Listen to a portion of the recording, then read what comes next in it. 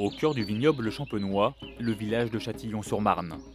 Sur les hauteurs de la commune, la statue d'Urbain II protège les 710 habitants du village. Mais pas seulement.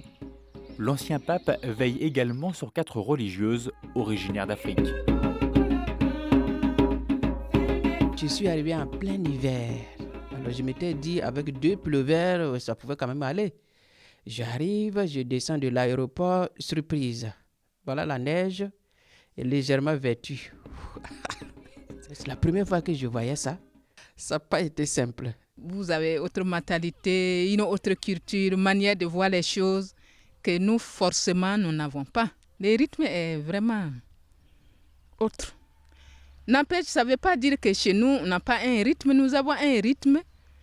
On fait les choses à son temps. Mais il n'y a pas la course. Mais ce que tu as à faire, tu le fais. Ces sœurs de l'Annonciation ont répondu en 2010 à un appel du diocèse de Reims.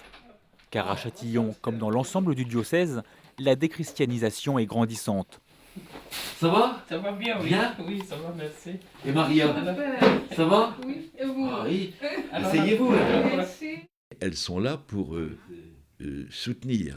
Elles ont un don extraordinaire d'une foi vivante, chaleureuse, rayonnante. Et ça, dans notre coin, on a besoin de ça. Avec les 34 villages dont il a la charge, le père couvreur, le curé de la paroisse, n'a pas toujours le temps de prendre un moment de réflexion avec ses paroissiens. Alors ce sont les sœurs qui s'en chargent. Et aujourd'hui, avec un groupe de femmes, elles étudient un passage de l'évangile de saint Marc. Au contraire, son état avait plutôt empiré. Cette femme donc avait appris ce qu'on disait de Jésus. Nous avons la chance d'avoir notre prêtre qui nous aide très bien dans les réflexions, mais avec les sœurs aussi, elles sont très profondes dans leur foi. Je pense que c'est un bien pour nous, ça nous réconforte dans les fois, dans nos difficultés à continuer. C'est exactement ça qu'on a envie de vivre. C'est-à-dire une même foi, 2 cultures, et fructifier ensemble. C'est pas du donnant-donnant, je dirais pas ça comme ça. C'est comme si on se relayait dans la mission. Et la mission, c'est bien de faire fructifier la foi, l'un des principes de l'évangélisation. Mais le Christ ne s'adresse pas uniquement aux adultes, et pour que son message d'espérance soit connu du plus grand nombre, les sœurs ont pris en charge l'aumônerie.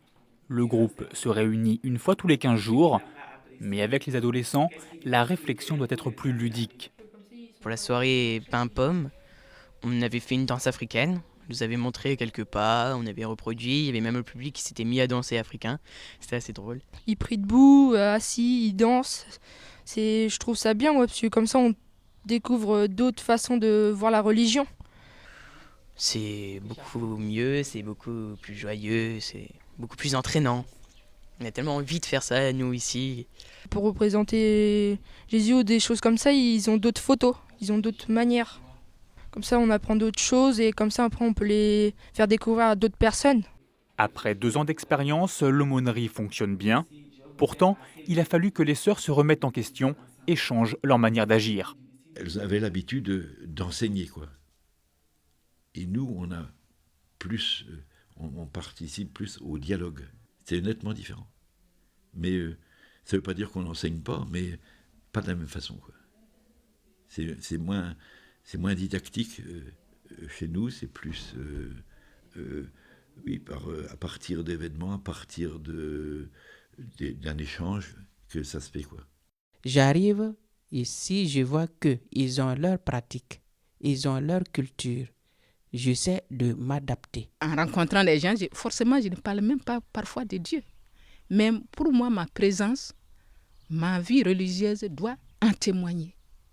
Rien que ça suffit. Le témoignage passe également par l'accompagnement des présidents de sépultures. Une collaboration qui crée des liens amicaux forts et visibles, comme avec Lucien et Anna. C'est quelque chose de fort en moi, très fort, vous savez. Et les sœurs, pour moi, ça m'a apporté encore un plus. Pour nous, c'est une grande famille. Au Burkina Faso, les sœurs s'occupaient essentiellement d'enfants et de dispensaires. En venant à Châtillon, elles ont changé leur manière de vivre et quitté leurs proches. Alors, chaque jour, pour trouver la force d'aller de l'avant et ne jamais baisser les bras, elles se ressourcent dans leur vie communautaire et religieuse. Prenez et mangez-en tous. Ceci est mon corps livré pour vous. Je me sens chez moi là où c'est l'appel de Dieu. Je réponds.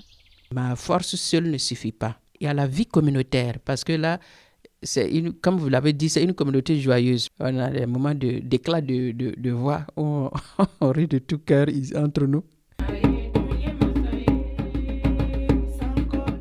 Depuis leur arrivée, les sœurs sont devenues indispensables pour la communauté chrétienne de Châtillon. Elles essaient que le bon grain prenne racine pour que jour après jour, le Christ soit un peu plus présent dans le Champenois.